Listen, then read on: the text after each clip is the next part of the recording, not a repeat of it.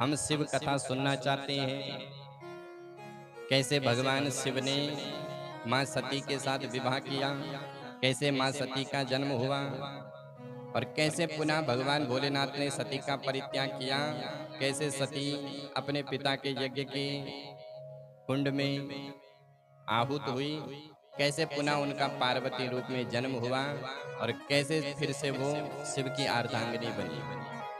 महाराज, हम जानना चाहते हैं कि भगवान शिव का विवाह पार्वती मैया के साथ कैसे हुआ, कार्तिकेय जी का जन्म कैसे हुआ, गणपति जी का जन्म कैसे हुआ, ये सब कथा हमको सुनाओ।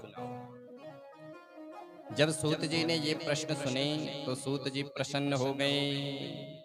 हे ऋषियों, तुमने बड़े सुंदर प्रश्न किए। सदा शिव कथा प्रश्न पुरुषास्त्रीन् पुनाति वक्तारं प्रेक्षकं श्रोत्री तदवा सलिलं यथा। हे ऋषियों, जो सदा शिव के लिए प्रश्न करता है, शिव कथा के लिए प्रश्न करता है, जो शिव कथा का आयोजन करता है, वो तीन का कल्याण करवाता है। जो शिव कथा करवाता है, किस किस का? बोले वक्तारम, सबसे पहला कल्याण होता है वक्ता का, कथावाचक का। भाई जब कथावाचक शिव कथा कहेगा तो पहले शिव चरित्रों को स्मरण करेगा, उसका अध्ययन करेगा। तो सबसे पहला कल्याण किसका? बोले कथावाचक का। दूसरा कल्याण किसका? बोले श्रोताओं का। तीसरा कल्याण आयोजक का। तो शिव कथा से सबका कल्याण होता है। वक्तारम प्रेक्षकम श्रोति यत पादम सलिलम तथा। हे ऋषियों, हम तुमको भगवान शिव के गृहस्थ लीला के बारे में बताते हैं। सूत जी कहते हैं कि ऋषियों, जो प्रश्न आप हमसे कर रहे हैं, यही प्रश्न एक बार नारद जी ने अपने पिता ब्रह्मा जी से किया और ब्रह्मा जी ने फिर उनको विस्तार से बताया। हमारे इस सनातन धर्म में परंपरा का बड़ा महत्व है। हमसे कोई प्रश्न करेगा कि पंडित जी ऐसा क्यों, तो हम सीधे नहीं बताएंगे, कहेंगे कि भागवत में ऐसा लिखा है या शिव पुराण में ऐसा लिखा है। तो परंपरागत हमारा सनातन धर्म है। भगवान नारायण से वेद ब्रह्मा को प्रकट हुए, ब्रह्मा जी ने उन्हीं वेदों को 4 विभाग में किए, कुछ पुराणों को बनाया, कुछ शास्त्रों को बनाया और वही पुराण शास्त्र हम लोगों के बीच में है। तो ये सनातन धर्म मनमुखा नहीं है, ये परंपरागत हमको प्राप्त हुआ है। इसलिए सूत जी कहते हैं कि ऋषियों, जो प्रश्न आप हमसे कर रहे हैं, यही प्रश्न एक बार नारद जी ने अपने पिता ब्रह्मा जी से किया। कैसे किया महाराज? तब विस्तार से बता रहे हैं कि हे ऋषियों, एक बार नारद जी तपस्या करने के लिए हिमालय में गए, हिमगिरी पर्वत पर। हिमगिरि गुहा एक अति पावन, बहि समीप सुरसरी सुहावन। सुंदर एक हिमशैल गुहा, बड़ा सुंदर वो पर्वत था। उस पर्वत के चारों तरफ सुंदर सुंदर हरियाली लगी हुई थी। केतकी, चंपक, बैजंती आदि पुष्पों की माल पुष्प लगे हुए थे। और यत् समीपे सुरनदो सद्या वहति वेगताः। उस पर्वत के दक्षिण भाग में गंगा मैया बह रही थी। उस पर्वत पर एक सुंदर आश्रम था। तत्राश्रमो महादिव्यो नाना शोभा समन्वितः। तपोर्थं सायथो तत्र नारदो दिव्य दर्शनः। उस पर्वत पर बड़ा सुंदर एक आश्रम था। आश्रम के चारों तरफ फूलों की बगिया थी, साथ में सुंदर गंगा बह रही थी। जो नारद जी ने उस आश्रम को देखा तो नारद जी का मन उसी आश्रम में लग गया। नारद जी ने मन में विचार किया कि यहाँ पर तो मैं भगवान का भजन करूंगा, व्यक्ति की प्रकृति जैसे होती है वैसा ही वो आचरण करता है। नारद जी भगवान के भक्त हैं, तो नारद जी को लगा कि ये स्थान तो भगवान के भजन करने के लिए है। तो व्यक्ति अपनी प्रकृति के अनुसार आचरण करता है। अच्छा, कोई फूल बेचने वाला होता तब वो ये कहता कि मैं इन फूलों को तोड़ता हूँ और बाजार में इनको बेचूंगा। लेकिन नारद जी भगवान के भक्त हैं, तो नारद जी को लगा कि यहाँ पर तो मैं भगवान का भजन करूंगा। आश्रम परम पुनीत सुहावा, आश्रम परम पुनीत सुहावा, देखि देवर से मन अति भावा, देखि देवर से मन अति भावा, निरखि शैल सरि विपिन सुहावा, निरखि शैल सरि विपिन निहावा, भयउ रमापति अति अनुरागा, भयउ रमापति पद अनुरागा, निरखि शैल सरि विपिन विभागा। उस सौंदर्य को देख करके नारद जी वहीं पर भजन करने के लिए बैठ गए। भयउ रमापति पद अनुरागा, भगवान के चरणों में प्रेम हो गया। और जैसे हरि का चिंतन किया तो सुमिरत हरि साप गति बादी, सहज विमल मन लागी समाधि। सुमिरत हरि साप गतिवादी, नारद जी को एक श्राप लगा हुआ है कि 2 घड़ी से ज्यादा कहीं टिक नहीं सकते हैं। लेकिन नारद जी की आज श्राप की गति बंद गई। क्यों? बोले भगवान का भजन कर रहे हैं। जो भगवान का भजन करते हैं उनके काल की गति बंद हो जाती है।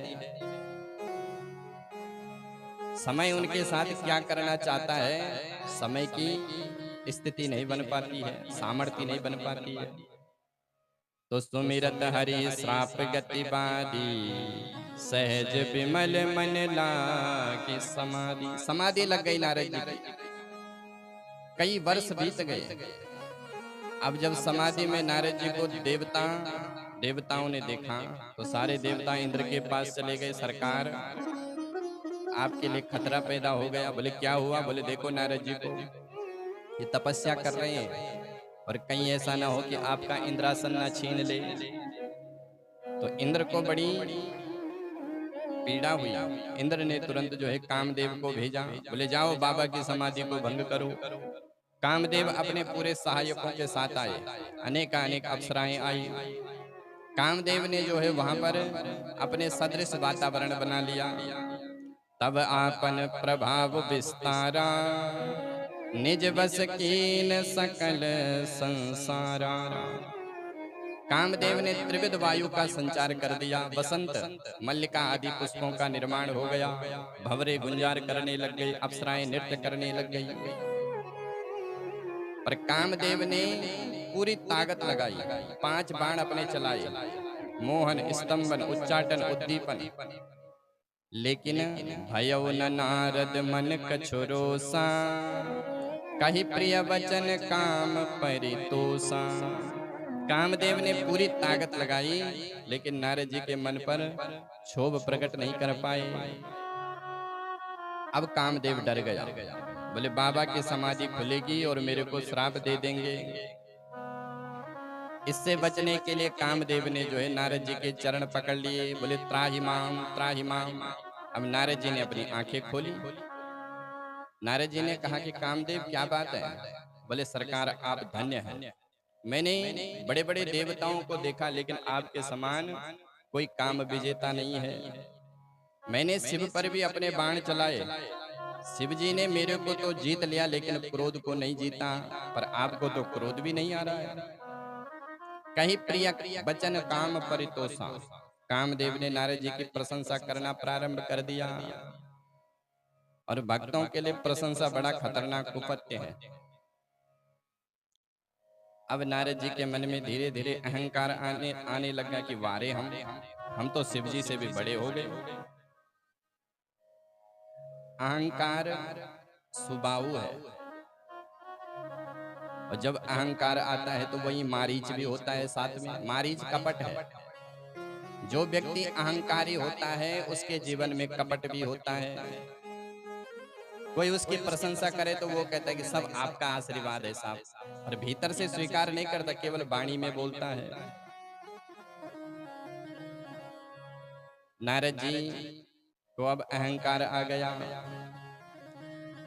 नारद जी ने कामदेव को भगवान शिव की कृपा से जीता था, क्योंकि जिस गुफा में नारद जी तपस्या कर रहे थे उसी गुफा में भगवान शिव ने कामदेव को भस्म किया था।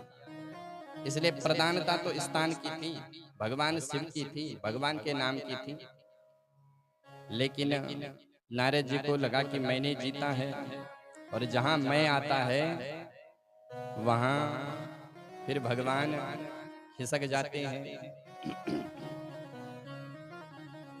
साधन व्यक्ति को खूब करना चाहिए, खूब साधन करो, लेकिन साधन मैं कर रहा हूं इसका अभिमान नहीं पालना चाहिए। जीवन में ये धारण करना चाहिए कि प्रभु आप ही तो करने कराने वाले हो। आप साधन करो, लेकिन भगवान की कृपा को आगे कर करके, भगवान की कृपा रूपी छांव में बैठ करके साधन करोगे तो साधन 10 गुना बढ़ जाएगा।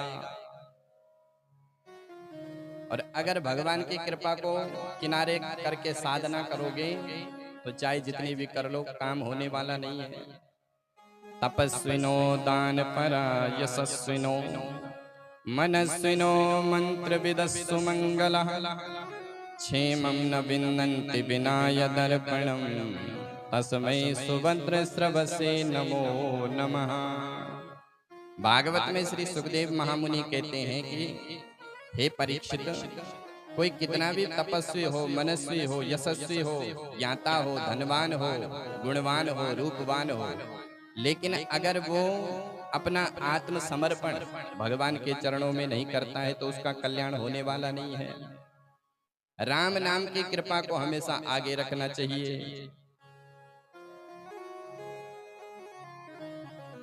एक में एक संख्या होती है, एक के आगे जीरो लगाओ कितना हुआ, बोले 10, एक और जीरो लगाओ कितना हुआ 100, एक जीरो और 1000, 10,000, लाख, 10 लाख, करोड़। अब जीरो को हो गया अहंकार की मारे हम, हमारी बदौलत देखो कितना हो गया।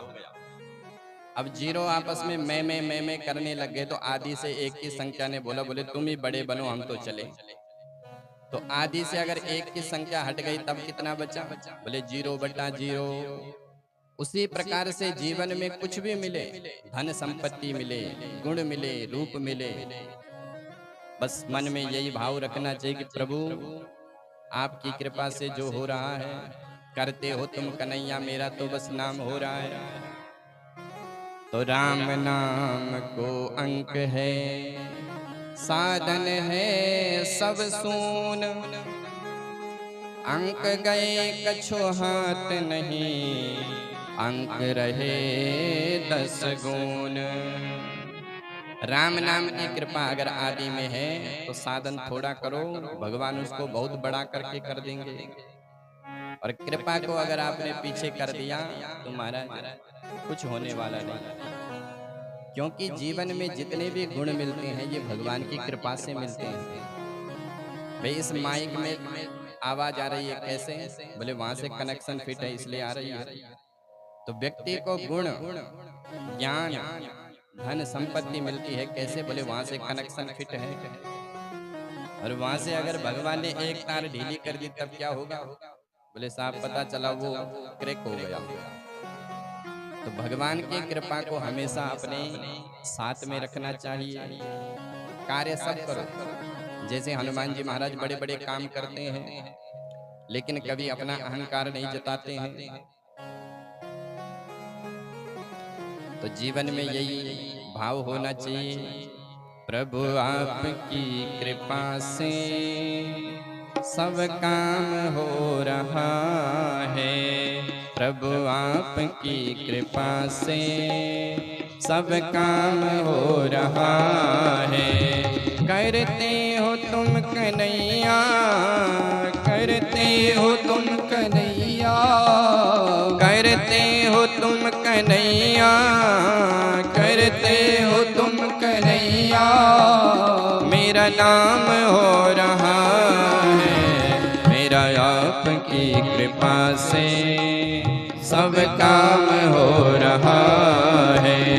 मेरा आपकी कृपा से सब काम हो रहा है।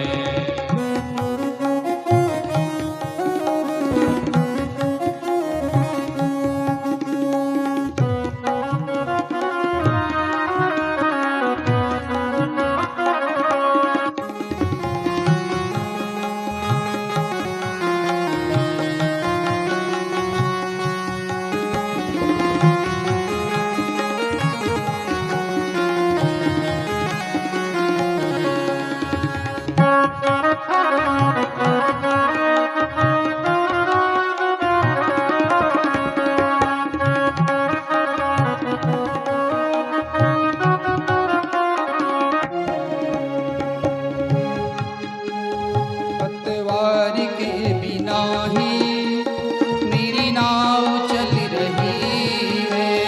पतवार के बिना ही मेरी नाव चल रही है। पतवार के बिना ही मेरी नाव चल रही है। पतवार के बिना ही मेरी नाव चल रही है। हैरान है जमाना, मंजिल भी मिल रही है। हैरान है जमाना, मंजिल भी मिल गई है। करता नहीं मैं कुछ भी, करता नहीं मैं कुछ भी, सब काम हो रहा है। मेरा आपकी कृपा से सब काम हो रहा है। मेरा आपकी कृपा से सब काम हो रहा है। जय हो।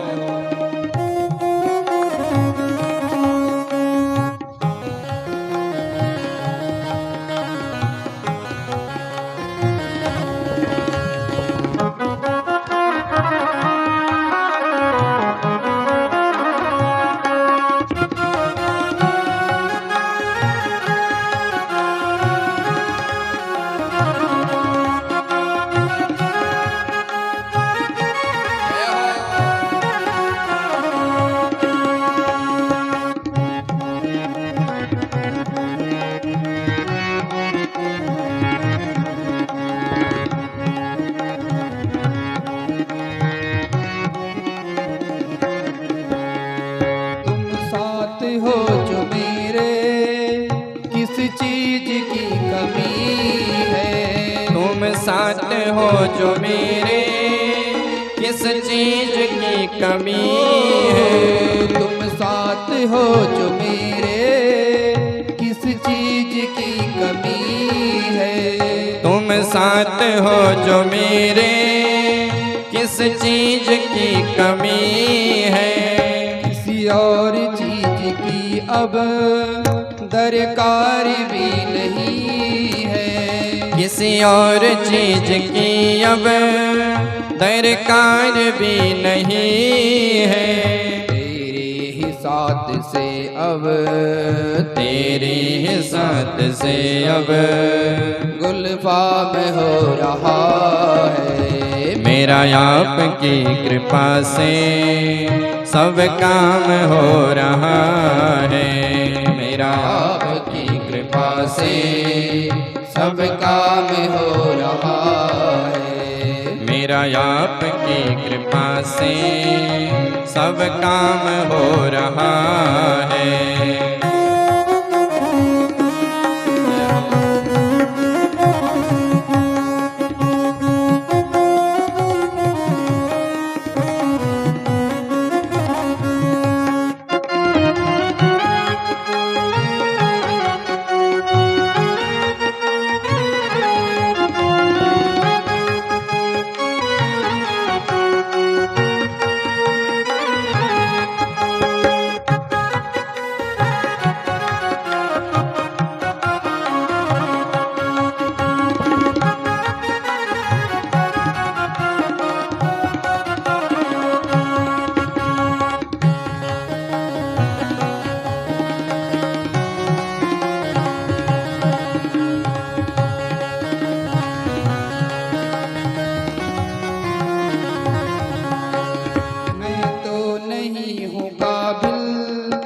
तेरा प्यार कैसे पाऊं। मैं तो नहीं हूँ काबिल तेरा प्यार कैसे पाऊं। मैं तो नहीं हूँ काबिल तेरा प्यार कैसे पाऊं। मैं तो नहीं हूँ काबिल तेरा प्यार कैसे पाऊं। टूटी हुई बाणी से गुणगान कैसे गाऊं। टूटी हुई बाणी से गुणगान कैसे गाऊं। तेरी ही प्रेरणा से तेरी ही प्रेरणा से ये कमाल हो रहा है। मेरा आपकी कृपा से सब काम हो रहा है। मेरा आपकी कृपा से सब काम हो रहा है। मेरा आपकी दया से सब काम हो रहा है। मेरा आपकी कृपा से सब काम हो रहा है। मेरा आपकी कृपा से सब काम हो रहा है। सब काम हो रहा है। सब काम हो रहा है। सब काम हो रहा है। बोलिए कृष्ण कन्हैया लाल की जय हो। शंकर भगवान की। तो महाराज भगवान की कृपा से नारद जी ने काम को जीता, लेकिन नारद जी को लगा कि ये प्रभाव तो मेरा है, इसलिए जीवन में कुछ भी हम लोगों को प्राप्त हो जाए तो भगवान की कृपा को जीव को कभी भूलना नहीं चाहिए कि प्रभु आपकी कृपा से ही सब काम हो रहा है। हम तो केवल निमित्त हैं। भगवान ने हमको निमित्त बनाया, इसलिए हमारे पास वो गुण है।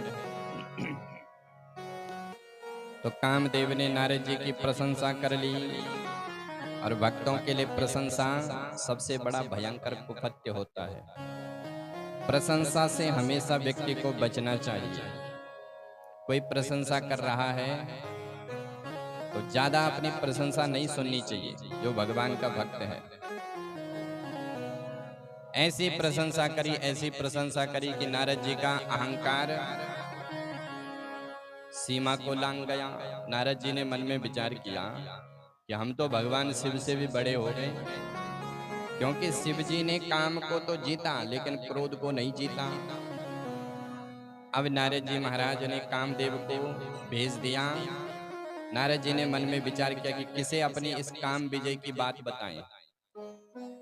भाई जो अहंकारी होता है वो अपनी प्रशंसा लोगों से सुनना चाहता है कि लोग हमारी प्रशंसा करें। तो नारद जी के मन में विचार आया कि शिव जी ने भी काम को जीता, क्यों ना उनको ही अपनी काम विजय की कथा सुनाए। तो कामदेव महाराज पहुंच गए कैलाश। तब नारद गवने शिव पाही, जिता काम अहमित मन माही। अहंकार में भरते हुए नारद जी पहुंच गए कैलाश। भगवान भोलेनाथ ने स्वागत किया। भगवान भोलेनाथ ने कहा, आओ नारद जी महाराज, बड़े दिनों में आ रहे हो।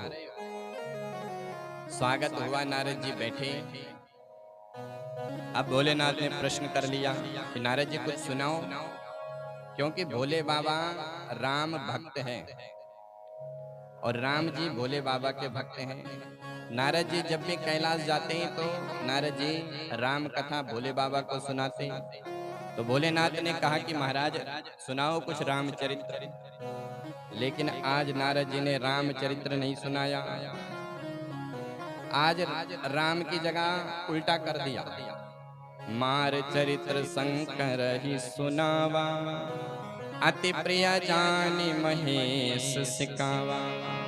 पूरे मार चरित्र कामदेव की पूरी कथा सुनाई कि कैसे मैं तपस्या में बैठा हुआ था, कैसे कामदेव आया, अपने बाण चलाए, लेकिन मेरे मन पर क्षोभ प्रकट नहीं किया।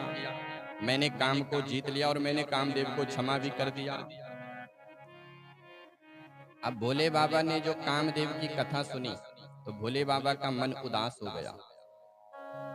और कथावाचक जब कथा सुनाता है तो लोगों के मुख पर देखता है कि भाई इनको कथा अच्छी लग रही है कि नहीं, क्योंकि मुखमंडल बता देता है कि कथा अगर फीकी लग रही है तो लोगों का मुख उदास हो जाता है। तो नारद जी ने भोले बाबा को देखा तो भोले बाबा का मन उदास। नारद जी ने बाद में पूछा कि भोले बाबा आपको कथा कैसी लगी। कथावाचक लोगों से अपेक्षा चाहता है कि लोगों को हमारी कथा अच्छी लगे, और कोई अगर ये कहे कि महाराज आपकी कथा हमको बिल्कुल पसंद नहीं आई तो कथावाचक की बड़ी बेइज्जती हो जाती है।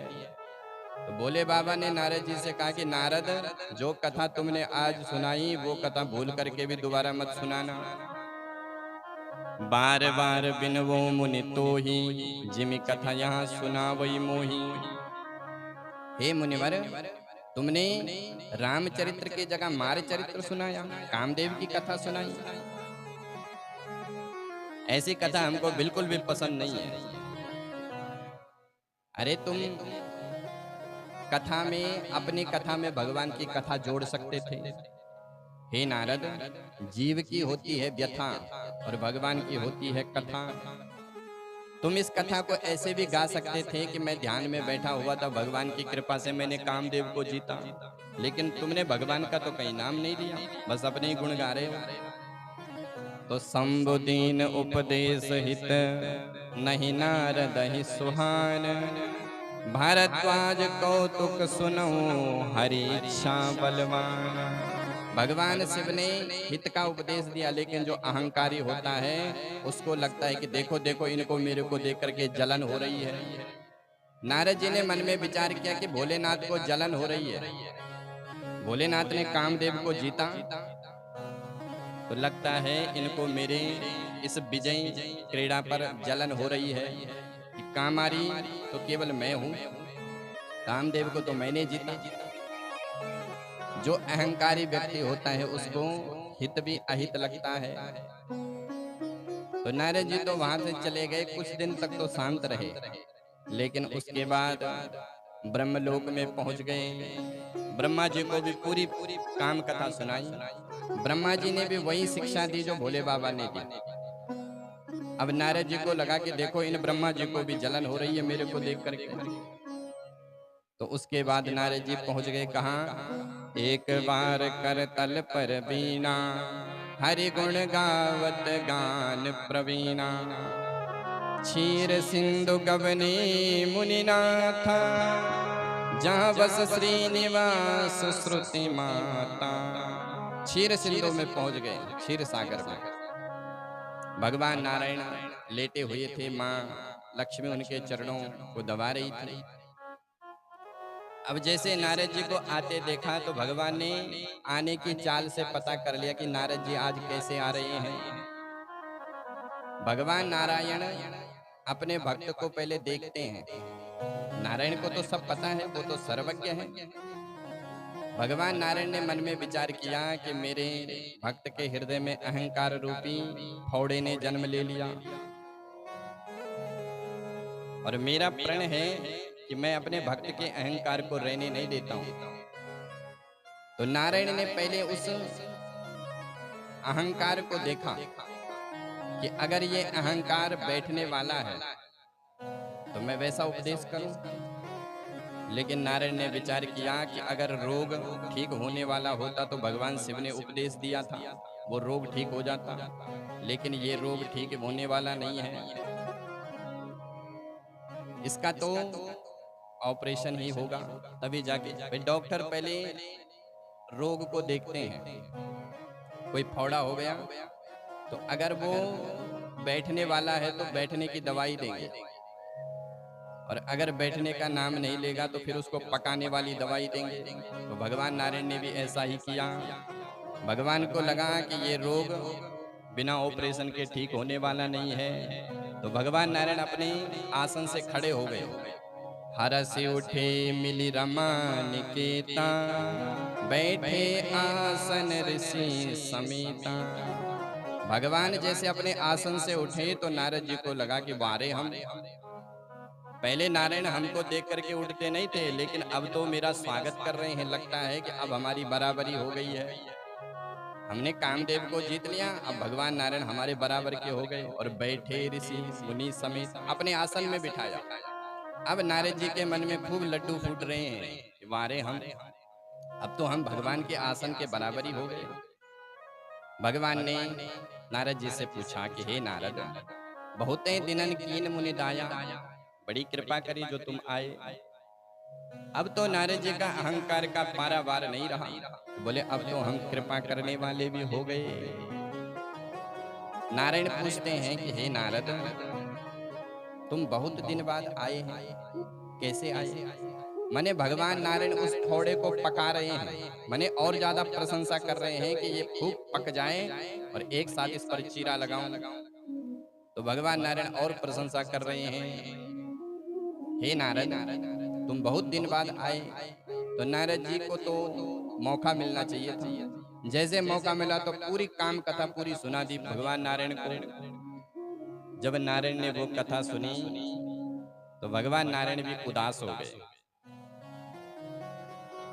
तो भगवान नारायण कहते हैं कि हे नारद, तुम जैसे संतों का स्मरण कोई जीव कर ले तो उसके जीवन के समस्त विकार दूर हो जाते हैं।